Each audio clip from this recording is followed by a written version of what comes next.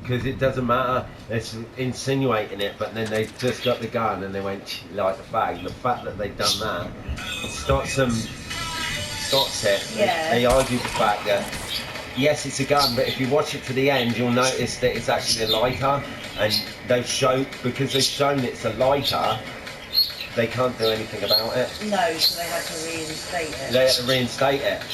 And they looked at it and they said, yeah, you're right, so they reinstated it. It was taken off the air for 24 hours, 48 hours, and then because of that, and then Facebook wouldn't have the thing, so they put the banana on there to cover it up, and then they had to reinstate it. Yeah, if they watched it, but the damage, they would have seen. the best of it is the damage was already done, so it's written in history. So if people want to say, oh yeah, they can look back and say, oh yeah, fucking that was banned at the start there. Yeah.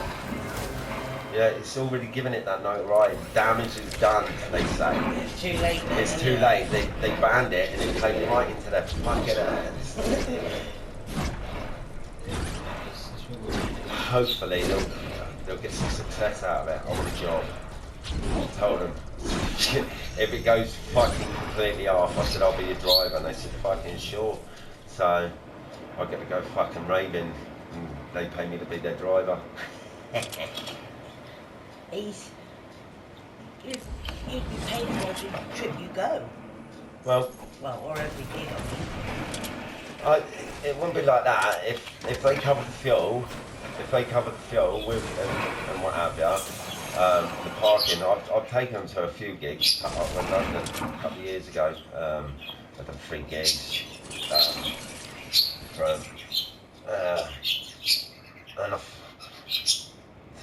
my next big thing, what I really want to get, and it's taken a lot for me to fucking get to this point, is they've got this thing, not at the minute obviously because of lockdown, when they do a club night, depending if it's a private party, so somebody might ask for just the organ donors, pay for the organ donors, or the club or pays for the experience of their regular DJs in the night on. Yeah. We turn up and we provide the whole music for the night. Yeah. Right, so they always go for it because the DJs that normally play, they want to do mixing and having a night on and mingling, and they've got the organ donors here.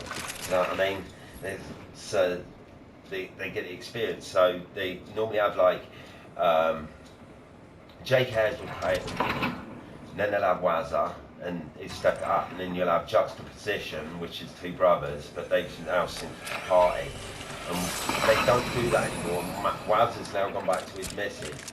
So if they was to carry on doing that, they're going to need DJs. And Jake's in his own thing. He's working with like a kid now, and he's sort of does his own thing. So if they want to carry on doing that, they're looking for DJs. So hopefully I can be one of those DJs, because I've actually come on like, you wouldn't believe how leaps and bounds. Yeah. In 4 years.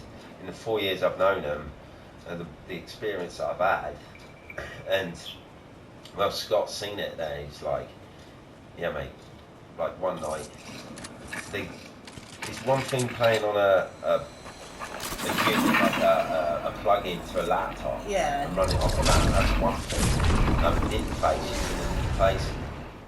Interfaces are really easy. You can look good on them. Like the real talent is on the vinyl, the decks, and they've never really seen me on the decks. I'd had a dabble, right, and just stepped back because I didn't feel confident enough in front of them. And then one night, I get a call, I'm lying in bed. Best of it is, I'd already been in Bournemouth, seen Scar, drove home, jumped in the bed, I literally just climbed in the bed. Phone goes, picked it up, it's Wazza. Wazza's going, what are you up to? And I go, funny enough, I just left your gap. I said, I just jumped in the bed. And he went, oh, you are joking me. I went, why is that? He went, check this out. And he lifts it up and he goes, decks on the side. I went, is that what I think it is? And he went, yeah. And I went, how long are you gone for? And he went, only the weekend. I went, fuck, I'm coming. Like, and Simon's like, what? I'm like, get your shit, Gavel, we're going to fucking Bournemouth. Like, anyway, so excited, 12 cans, fucking Max and Ethan Hammond mixer, all the recipes for fucking good mixing, shitload of records, about 100 records, fucking nuts. Anyway, Stephen's over there, fucking in there, and I'm mixing. Sam was mixing, and he was mixing dog shit, right? He was trying to find his feet, and it'd been so long for him. Anyway, I was like, right, I'm on all over the place, fucking giving it mental notes. Sam now gets on to Scott, and Scott's going like, fucking FaceTime. Yeah. So he's now, Sam's there like talking, and he's over the phone like that. I'm mixing, not even paying attention, absolutely ripping it to pieces. Scott's then like, I'm there in a minute, and he comes over. I didn't notice it. I was like, Scott, he's turned up. Fuck me, I didn't expect that. I thought it was just me and Sam. Scott's turned up now. I go back to back with Scott, right? But he had to test me first. And the little fucker, we was there, I was mixing, they just left me. I was on it for 3 hours solid, right? And I was just mixing, slamming the fuck out of it. And Scott kept coming over and switching the headphones on. When it got to a crucial point where I was meant to mix, he was testing me, and I didn't cotton on straight away, because obviously I was off the head on chop. So I then cottoned on what he was doing. I thought, you little bastards, fuck, I see you know that. And all of a sudden I fucking queued it up, fucking counteracted it, and then with that, he's like, back to back. And I went, yeah? Look, yeah? Do you know what I mean? I was like, yeah, I can contain my, yeah, why not? So he's like, what do you want to do? So do you want to go now or just, and he went, yeah, let me have a go. So I went, right, headphones over, he's going to fucking, oh fuck me, straight after, I went to absolute dog shit. Like instantaneous, Well, couldn't stop one. shaking, I couldn't get it right, everything was jumbled in the air, and he just started laughing. He said, he said, chill yourself. And then later on, I got nailed this. So yeah, and then we went back to back later on, fucking absolutely nailed it. Me and him, 4 or 5 records. I mean, my life changed. I was like, I'm back to back with Scott Harris of the Organ Donors. It doesn't get any better than that, does it?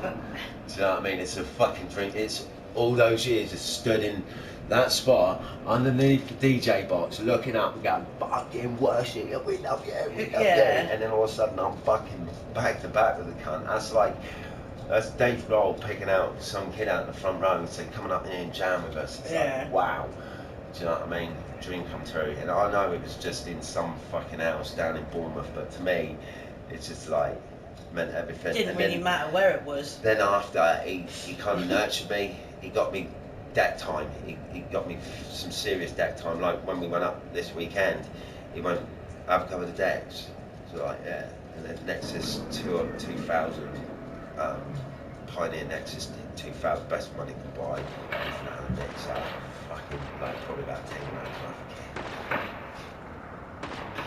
Slam it up. And do you know, I got really cocky because I was so fucked. The best of it is, I was going off for a piss, not queuing up the record, coming over, just going straight up, go twiddle, press, put it on, flick, and then like go, chuck it, spin it, drop it in, adjust it a couple of times, and then go, the two mixes just blend together, and then I go, you know, I look over and go, see that, didn't you? Yeah, no man. So that is my next goal. I'm ready to go fucking out there. It's taken years of doubting myself. You see it, Les. I've got to get the decks up here. Stick them up there. I reckon there's enough room. If I'm in battle mode, there'll be enough room. You'd make room. No, I'm just, it's the width of it, but if I put the needles in battle mode, put the needles at the back, so what you do is you have the front of the deck off to the side, the front of the deck, you just turn it 90 degrees, so that you have the bail arm at the back to put on the needle, and then the crossfaders at the top, so they're thinner and deeper instead of wider and shallower. Yeah. put them in there like that. Give me a second. It's a good eye.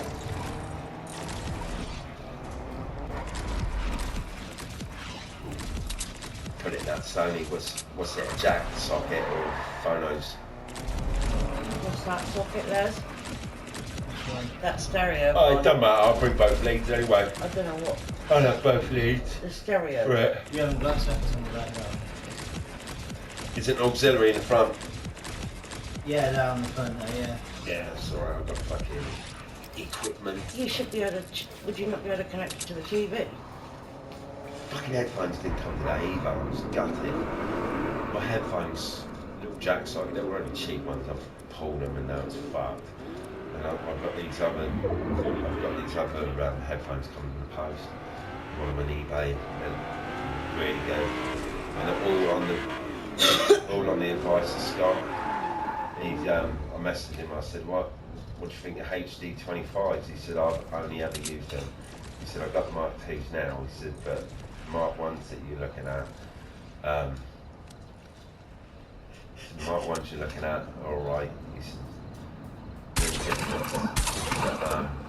They're a tight fitting. The actual structure of them is different, but the actual headphones are exactly the same as the Mark 2s. It's just made them a bit more structurally sound. They're 230 quid, full price. I got them for 50. Last two people, Danny, just riff this guy, Just shoot hit him. him. I don't want to kill him. Why? Because he What, deserves to win more than I do. I ain't killed no one. You get it. Just hide for a minute then. I was hiding, I'm still hiding. Look at him. He's Look. looking for you. Yeah, of course he is. I had no idea. Right, what have you got going? Nothing. There's only him and this other guy left Me, nothing. that's Just- gone in there. Just sat here with the redfish. You just watch, because he could fucking So snipe he'll come out and shoot me, and I'll riff, and then I'll let him kill me as I'm falling down. Is that just a code of conduct? Wow. It's sportsmanship. Yeah, because I haven't killed anyone. I mean, I could use my 1, 2, 3, 4, 5, 6, 7, 8 builds and just build up into it. Yeah, and but then he kill could me. die and then you end up winning. I could also go 1-to-1 with him and kill him, but what's the point? He's up there. There he is. It's just somebody actually playing. Yeah, Do you know what it is? Some foreigner, I expect. probably. Shoot.